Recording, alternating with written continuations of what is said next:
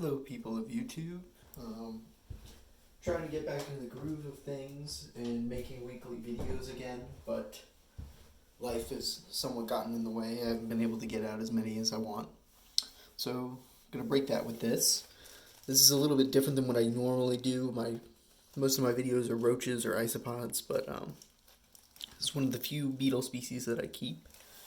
Verrucosus, the blue death feigning beetle. Very cool, ironclad type beetle. Very hardy desert animal. A lot of people actually keep these communal with desert hairy scorpions, which I think is really cool. I don't do it personally, but it's just a cool thing that you can do with them. These guys are super long lived. I know people who have had some for like 15 years or something like that, which is really cool. It is possible to breed them in captivity, but it's somewhat difficult from what I hear. Most of them in the hobby are wild caught. It's just, a fact of life. But yeah, I feed mine mostly carrots, high quality dog or cat food. Um, they also eat the oak leaves and the rotting wood, which I think is really important for them. But yeah, you'll mostly see them wander over to the food pile and then grab something and tuck it somewhere. If it's, big enough for them to look around.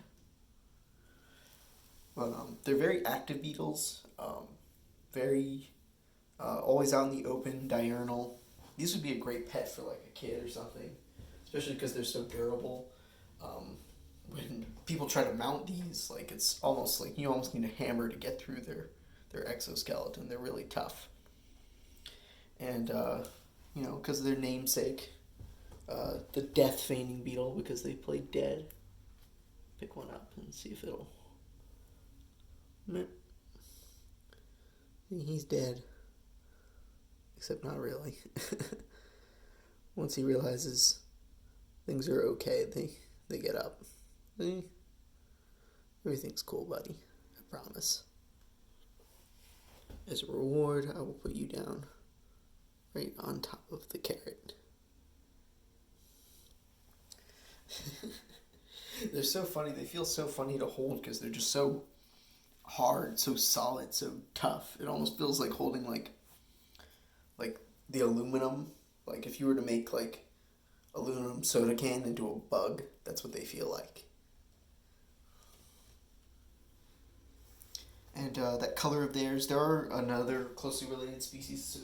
So there's a bunch of these. This is just one species, the blue death feigning beetle. I also have the black death feigning beetle. They are different species, but these will look more dark depending on when you last give them water. The drier they are, generally the more bluish hue they have.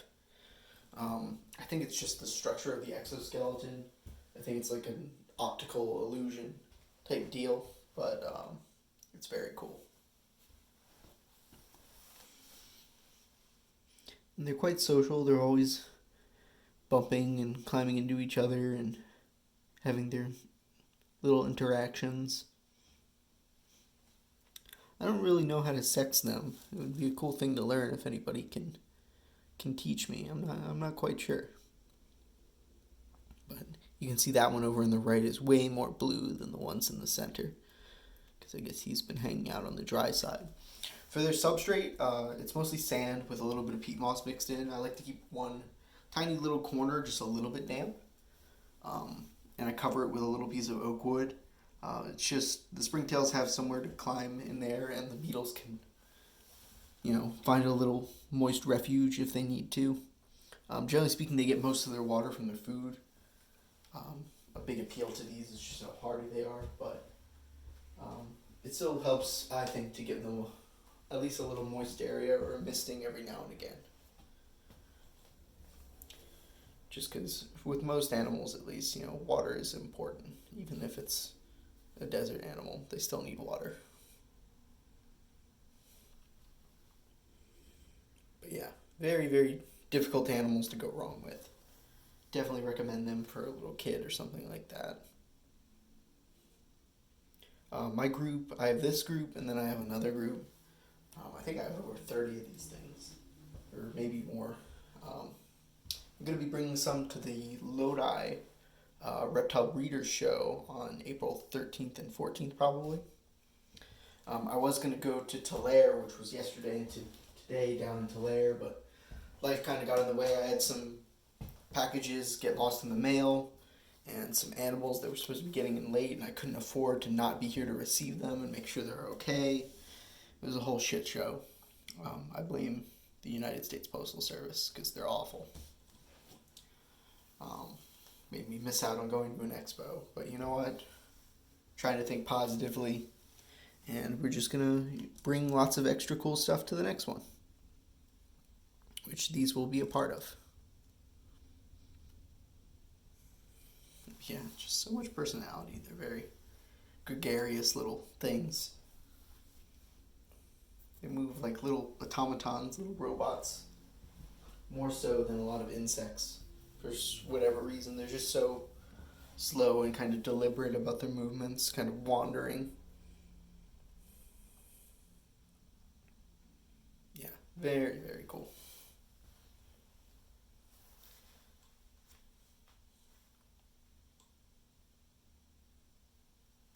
I guess I can kind of show underneath a little bit. See if there's anybody hiding under there. Oh yeah, there's a bunch. See? This is a pretty decently populated tub.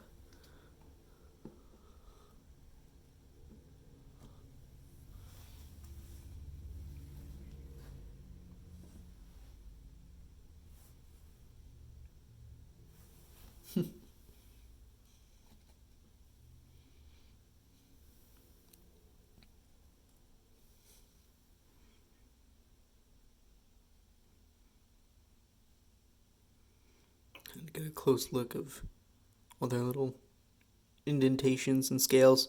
I assume it's an adaptation for the desert to kind of make moisture kind of come up to them, or at least make it easier for them to consume. At least that's my thinking. And don't worry if they fall, they're fine. These guys can take huge falls. Their exoskeletons are just so tough that it takes quite a bit to hurt one of these guys. Yeah, that's about all I have to say about them. They're very, very simple little animals. Like I said, it'd be really cool to breed them, but most of them are wild caught. They're a little bit difficult to get to breed in captivity. A few people who have done it say it's easy, but like I'd like to, do a little bit more with these, but I like to focus my time and energy and money on projects that I'm at least pretty sure will pan out, not things that are like a long shot, like this would probably be.